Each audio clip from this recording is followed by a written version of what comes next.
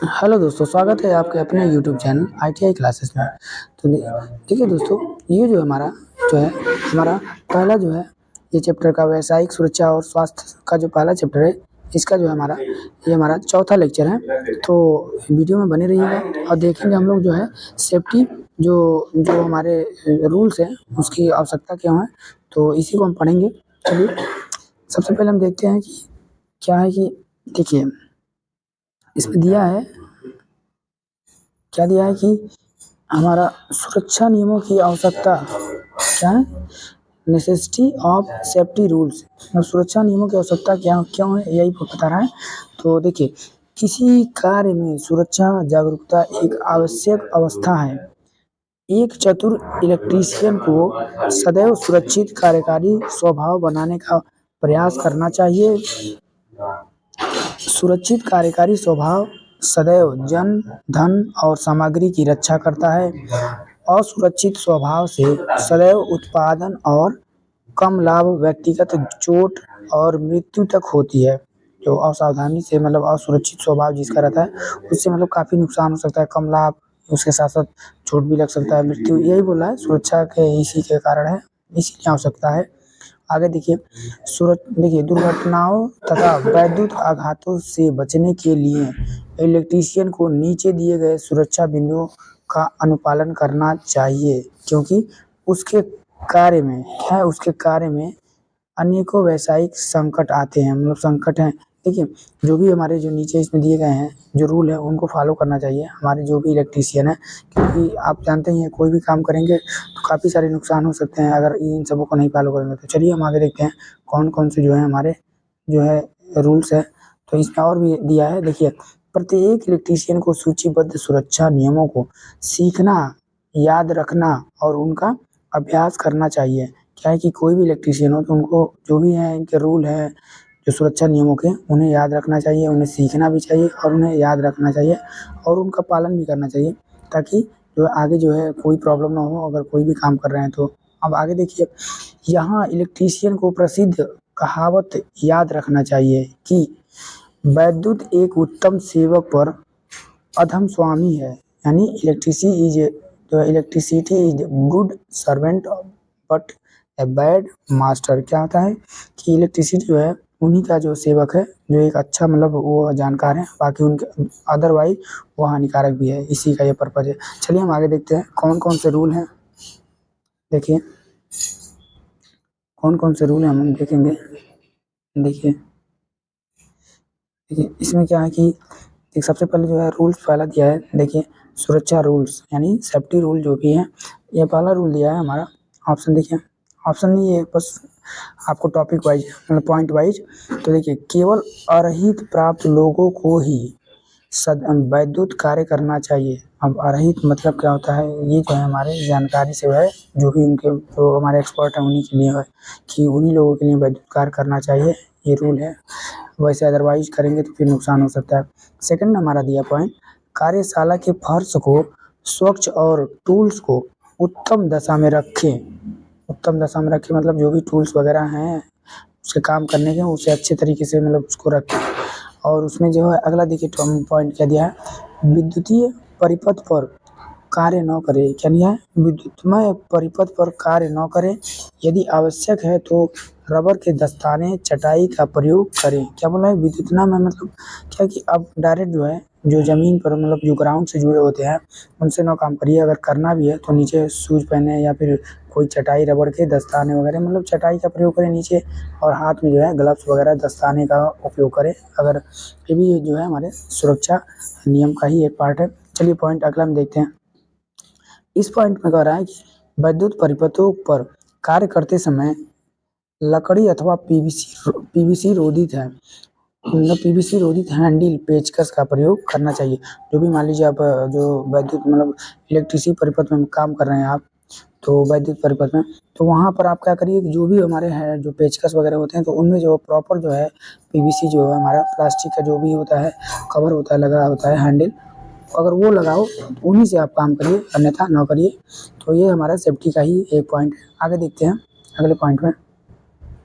आगे देखिए इसमें क्या कर रहा है कि इस पॉइंट में अनावृत्त चालकों को स्पर्श न करें। देखिए अनावृत्त मतलब क्या होता है, अनावश्यक मतलब आप किसी चालकों को जो है टच ना करें, उसमें मतलब वो हम आपके लिए खतरा हो सकता है, ये भी एक रूल है। और अगला देखिए, अगले में दिया है हमारे, सोल्डरिंग करते समय तप्त सोल्डरिंग लोहे को उनके धारकों में नियोजित करें। तब कभी कभी मतलब कभी भी कुंजी को चालू अथवा तप्त सोल्डरिंग लोहे को बेंच अथवा मेज पर न रखें, क्योंकि इससे आग पकड़ सकती है। क्या है कि आप जो भी है अगर सोल्डरिंग कर रहे हैं, तो सोल्डरिंग क्या होता है, सोल्डरिंग में जब हीट हो जाता है वो पूरा तेज से, तो यही होता है लोहे के बेंच अथवा मेज पर न रखें, क्योंकि इससे आग लग सकती है, पकड़ सकती है। ये भी हमारा सेफ्टी का ही एक पॉइंट है। देखिए अगले पॉइंट में देखिए, हम लोग चलते हैं अगले पॉइंट में। देखिए इस पॉइंट में क्या कह रहा है कि परिपथ में केवल उचित धारिता वाले फ्यूज प्रयोग करें। यदि धारिता कम है तो भारित किए जाने पर यह जल जाएगा। यदि धारिता अधिक है तो इससे कोई सुरक्षा नहीं होती है, और अधिक धारा प्रवाह मनुष्यों और यंत्रों को जोखिम में डाल सकता है, मतलब डालता है, जिससे धन हानि की नुकसान हो सकती है। देखिए क्या करें कि जो भी परिपथ है उचित, मतलब जो भी परिपथ है उसमें उचित धारिता वाले फ्यूज का उपयोग करिए, जो कैपेसिटेंस ज़्यादा हो। अगर इससे मतलब अगर कम हो रहा है तो इससे कोई रक्षा नहीं होती है, और कहीं अधिक धारा प्रवाहित होगी तो आपके लिए भी या मनुष्यों के लिए भी मतलब जो भी वहाँ काम कर रहे हैं या जो भी वहाँ पर हैं उनको जो जोखिम में डाल सकता है, और जिससे आपका चाहे जो भी हो वहाँ उनके धन की हानि हो सकती है। यही है एक प्रकार की ये भी सेफ्टी है कि आपका नुकसान हो सकता है, जो कह सकते हैं आप धन की भी हानि, या फिर आदमी को कोई नुकसान पहुंचा सकता है। अगला जो है हमारा पॉइंट इसी में है, देखिए आप अगला पॉइंट हमारा दिया है इसमें। देखिए परिपथ कुंजी सॉरी हाँ परिपथ कुंजी को बंद करने के पश्चात ही फ्यूज को पृथक अथवा प्रतिस्थापित करें। लैंपों को टूटने तथा तप्त लैंपों को ज्वलनशील पदार्थों के संपर्क में आने से बचाने के लिए विस्तार तारों का प्रयोग करना चाहिए। देखिए लैंपों को टूटने तथा तप्त लैंपों को ज्वलनशील पदार्थों के, यानी यही कह रहा है कि जो भी हमारे जो लैंप लगे होते हैं उनको जो है ज्वलनशील पदार्थों के संपर्क में न आए, इससे उन्हें बचाने के लिए तारों का प्रयोग करना चाहिए अच्छे। और अगला दिया है देखिए, सॉकेट्स प्लग जैसे उप साधनों और साधनों का प्रयोग केवल उनके उत्तम दशा में होने पर ही करें, और सुनिश्चित कर लें कि उन पर BIS चिन्ह है। मानकी मानकीकरण के अंतर्गत चिन्हित उप साधनों के ही प्रयोग ही आवश्यकता स्पष्ट की गई है। अस्थायी तार स्थापन से वैद्युत परिपथों का कभी भी विस्तार न करें। क्या यही बोल रहा है कि इसमें अगर जो भी सॉकेट प्लग जैसे उपसाधन अगर हम यूज कर रहे हैं, तो अगर उनकी दशा उत्तम अच्छा हो तभी यूज करें, और सुनिश्चित कर ले। पहले ये बता रहा है कि BIS क्या होता है कि ब्यूरो ऑफ इंडियन स्टैंडर्ड, जो हमारा ये उसका होता है रूल होता है, कि हमारा BIS का जो रूल होता है उसको अगर फॉलो कर रहा है वो ठीक है, उसके अनुसार तभी जो है आप जो है कोई भी सेफ्टी मतलब इक्विपमेंट आप वहाँ यूज कर सकते हैं कहीं भी मतलब। और उसके साथ साथ देखिए क्या दिया, चिन्हित उपसाधनों का ही प्रयोग करें। जो भी हमारे जो चिन्हित मतलब क्या है कि आप जो जो भी मानक के द्वारा दिया गया है, हमारा मानकीकरण के द्वारा, उन्हीं का उपयोग करें। और इसके साथ साथ देखिए अस्थायी तार स्थापन से वैद्युत परिपथों का कभी विस्तार न करें। अस्थायी मतलब जानते हैं ना, जो हमारा परमानेंट वो मतलब जो उतना अच्छा ना हो, स्टैंडर्ड के अनुसार ना हो, उसका जो है आप वैद्युत परिपथ में कभी भी विस्तार ना करें, मतलब उसका प्रयोग ना करें मतलब। अब देखिए आगे देखिए, अगले में देखिए क्या कर रहा है, अगला पॉइंट देखिए। देखिए इस पॉइंट में देखिए आप लोग देखिए, अस्थायी वायरिंग के लिए कभी भी वैद्युत परिपथों का विस्तार न करें। क्या है अस्थायी, मतलब आपको अस्थायी मतलब वायरिंग कभी भी वैद्युत परिपथों का विस्तार न करें। अगला दिया हमारा, लकड़ी के टूल अथवा रोधित सीढ़ी पर खड़े होकर विद्युत परिपथों या साधनों की मरम्मत अथवा फ्यूज बल्ब का प्रतिस्थापन करें। देखिए क्या कर रहा है कि देखिए कोई भी लकड़ी के जो टूल्स हैं अथवा रोधित, यानी रोधित मतलब जो विद्युत के कुचालक हो, जो विद्युत के कुचालक हो, सीढ़ी हो, उन पे खड़े होकर जो भी उन पे खड़े होकर या फिर उस पे चढ़कर क्या करें, विद्युत वाला जो भी काम है, विद्युत परिपथों या साधनों की मरम्मत करें। यानी जो भी हम जो मेंटेनेंस का काम कर रहे हैं, तो ये भी देखें कि जो लकड़ी का स्टूल है उसका यूज़ करें या फिर जो भी सीढ़ी का यूज़ कर रहे हैं, तो हमारा क्या होना चाहिए, मतलब सुचालक मतलब कुचालक होना चाहिए, जो है नॉन कंडक्टिव होना चाहिए। चलिए आगे, अथवा फ्यूज बल्ब का प्रतिस्थापन करें। यही मतलब जो कह रहा है फ्यूज का भी यूज करा हो, मतलब मेंटेनेंस में जो भी काम है आप काम करिए तो पहले टूल्स देखिए। अगर स्टूल का यूज कर रहे हैं तो लकड़ी का हो, कुचालक हो, या फिर सीढ़ी का यूज कर रहे हैं तो भी वो कुचालक हो। इसके आगे देखिए, प्रत्येक दशा में यह सदैव उत्तम उत्तम होता है कि मुख्य कुंजी को खोल कर परिपथ परिपथ को मृत कर दे। देखिए ये भी एक पॉइंट है। क्या करा कि प्रत्येक दशा में कभी भी मतलब ज़्यादा से ज़्यादा आप करिए क्या, कि हमेशा आप करने की कोशिश कीजिए कि आप जो भी काम कर रहे हैं उससे पहले आप जो है मेन जो है सप्लाई होता है, मेन कुंजी मतलब मेन जो पावर होता है उसको कट कर दीजिए और परिपथ को मृत कर दीजिए, मतलब परिपथ को ओपन कर दीजिए, इसमें कोई भी मतलब करंट फ्लो ना हो जिससे आपको शॉक ना लगे, तो तब काम कीजिए। ये भी एक सेफ्टी सेफ्टी पर्पज का ही एक पॉइंट है और ज़्यादा इम्पॉर्टेंट है ये जो है कि आप सर्किट मतलब पहले देख लीजिए, ओपन कर लीजिए, तभी आप काम करिए, ऑफ कर लीजिए पूरा मेन सर्किट से। अब अगला हमारा पॉइंट है, देखिए स्विच पैनल्स, नियंत्रण गियर्स इत्यादि पर कार्य करने या प्रचालन के समय रबड़ की चटाई पर खड़े हो। देखिए ये भी वही आपको बोला है कि मेंटेनेंस का काम करिए, स्विच पैनल को का नियंत्रण कर रहे हैं या फिर कोई भी मतलब मेन बोर्ड पे ही काम कर रहे हैं, तो वहाँ पर आप यूज करते समय, प्रचालन के समय उसका रबड़ का जो है आप क्या करिए कि मतलब रबड़ का जो भी मतलब चटाई वगैरह हो नीचे आप बिछा रही है, ताकि आप जो डायरेक्ट ग्राउंड से कनेक्ट ना हो। तो यही बोला है। चलिए आगे हम देखते हैं, अगला पॉइंट देखते हैं। देखिए ये सारे पॉइंट आपके लिए ज़्यादा इंपॉर्टेंट है, आप लोग याद करे रहेंगे आसानी से याद हो जाएगा, क्योंकि ये जो नॉर्मल जो भी यूज होते हैं आप लोग देखते होंगे कहीं भी काम होता होगा तो ये अक्सर ये लोग सीढ़ी वगैरह मतलब जूते वगैरह पहन के ही काम करते हैं, जो भी हमारे इलेक्ट्रीशियन होते हैं, तो उससे भी आप सीख सकते हैं। और लेकिन जो भी कभी कभी जो है नहीं करते हैं, तो नहीं ऐसा करना चाहिए। जो प्रॉपर जो हमारे सेफ्टी रूल है उनका जो है हमें पालन करना चाहिए। ये अगला जो हमारा पॉइंट है, सीढ़ी को दृढ़ भूमि पर रखें। जो भी सीढ़ी वगैरह होता है वो दृढ़ मतलब क्या होता है कि जो भी जहाँ रख रहे हैं पॉइंट नीचे, वो हमारा स्लिप ना खाए, उसको अच्छे तरीके से उसे वहाँ ठोस तरीके से रखें, वही करा दृढ़।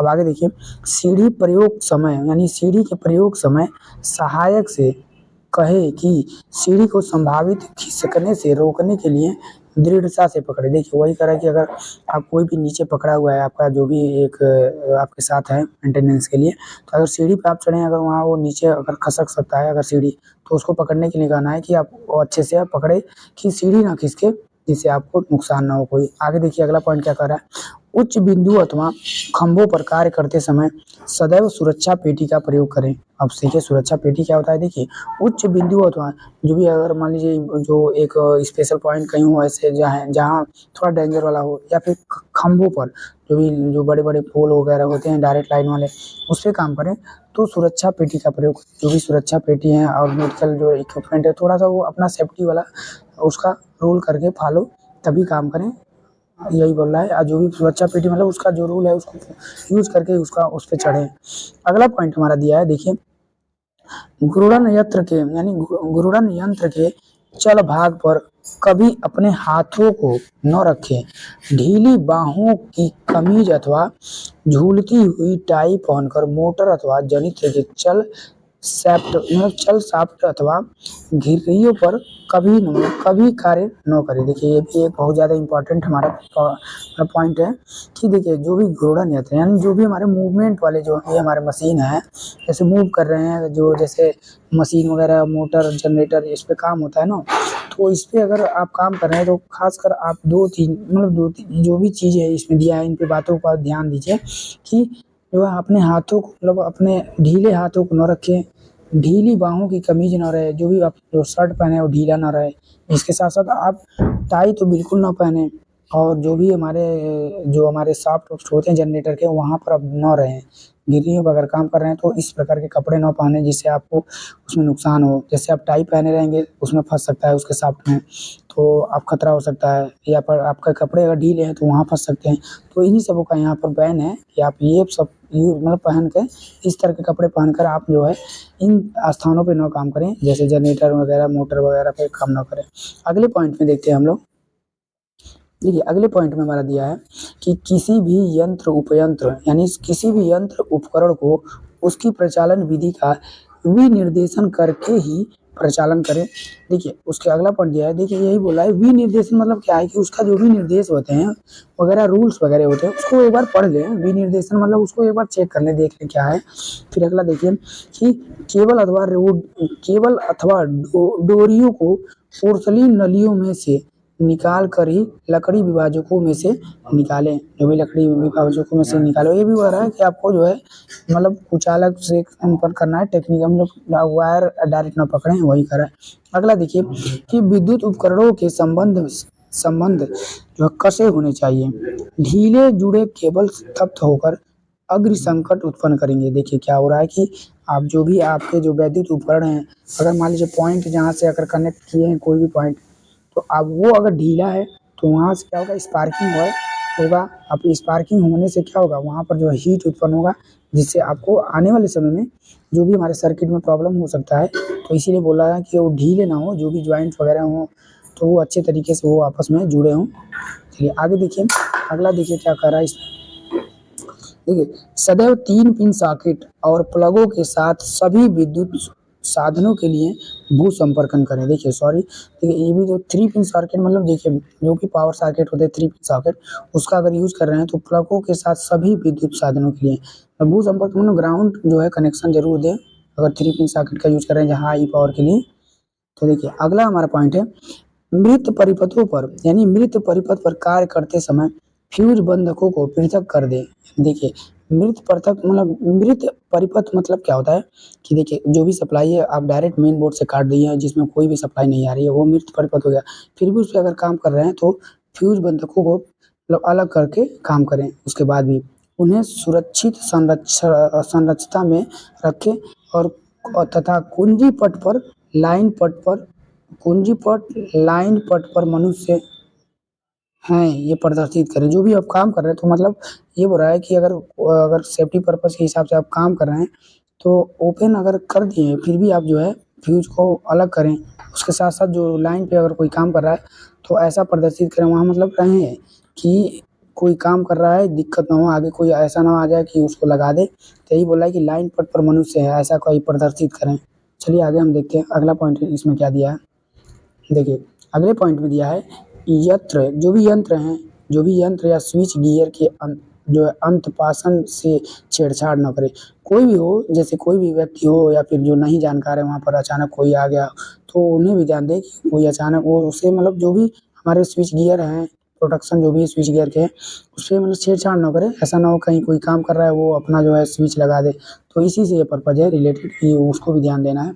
अब अगले हमारे टॉपिक में है, देखिए इस अगला पॉइंट दिया है जलवाहक लाइन्स से भू संपर्कन न करें। यानी देखिए जलवाहक लाइन से भू संपर्कन न करें। देखिए तो ग्राउंड करने के लिए जो है अचानक जैसे जहाँ जो ग्राउंड होता है तो वहाँ जो नमी वमी होता है अचानक तो वहाँ से मतलब वहाँ संपर्क ना हो। देखिए यही बोला है कि ज़्यादा वहाँ नुकसानदायक होता है कि जलवाहक लाइन से भू संपर्क ना करें। ये हमारा वो ग्राउंड कनेक्शन है कि ग्राउंड से वो जो कोई भी वायर ना टच करे जैसे आप काम कर रहे हैं तो।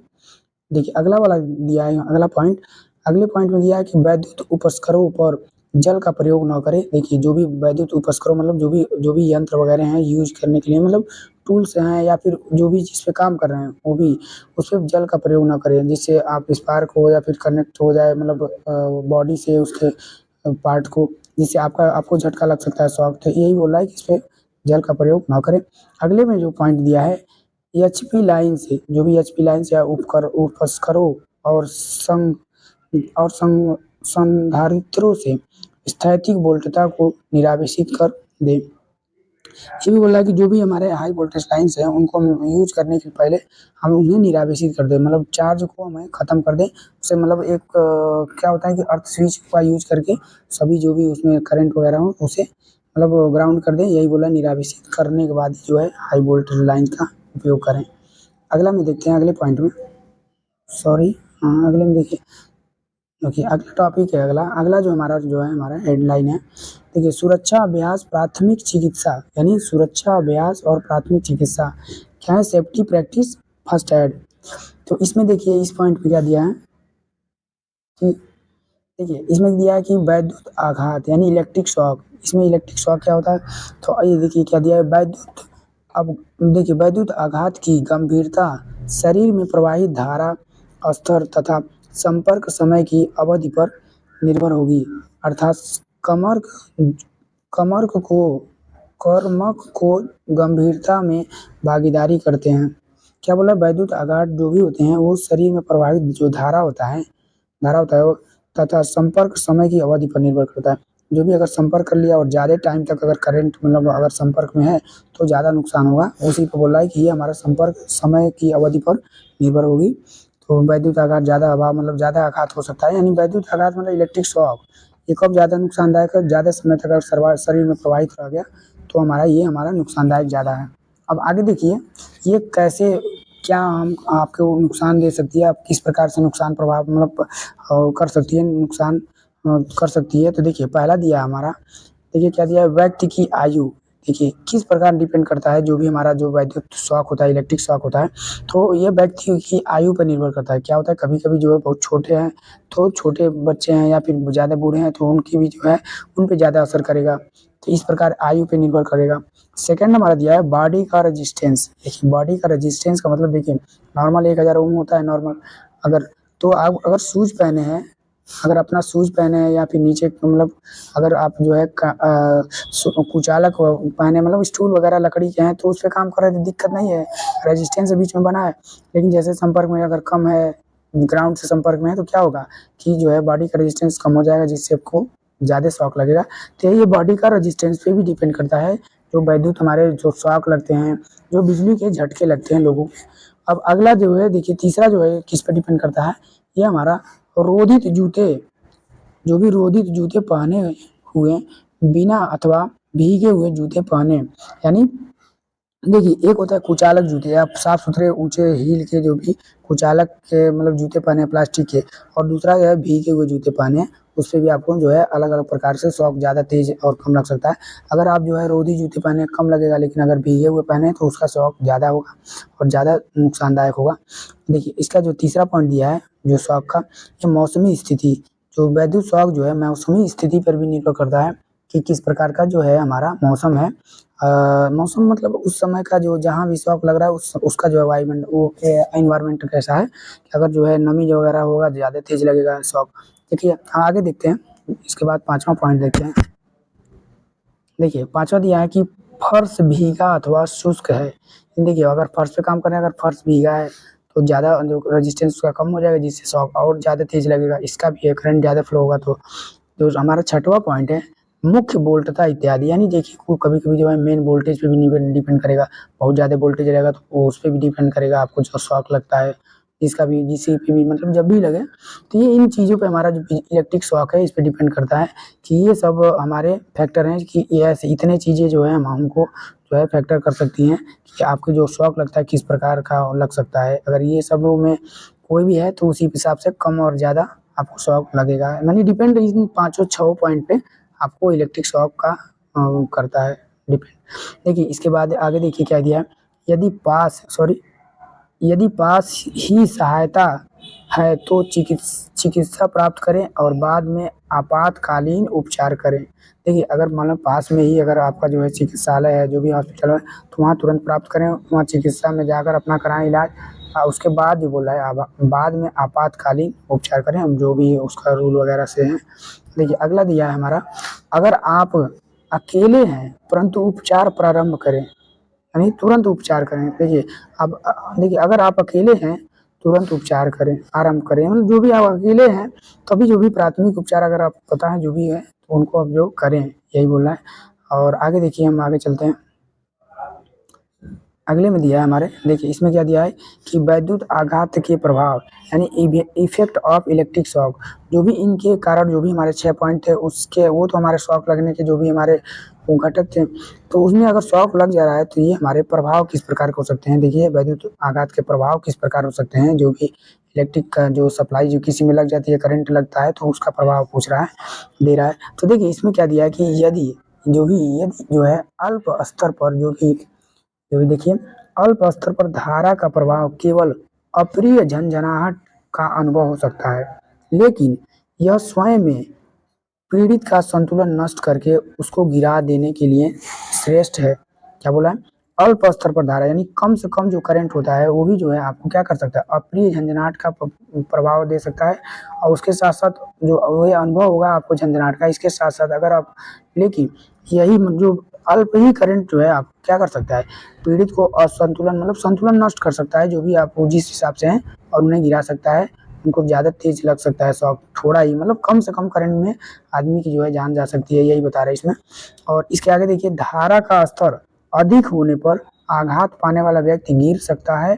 मान लीजिए जाहिर सी बात है, जब अल्प अल्प धारा दिया है मतलब कम से कम करंट जो है गिरा सकता है, तो अब जब अधिक धारा होगा तो वो भी जो है आपको गिरा सकता है। उसके साथ साथ उसमें और भी नुकसान हो सकती है। आगे देखते हैं, आगे पूरा दिया है।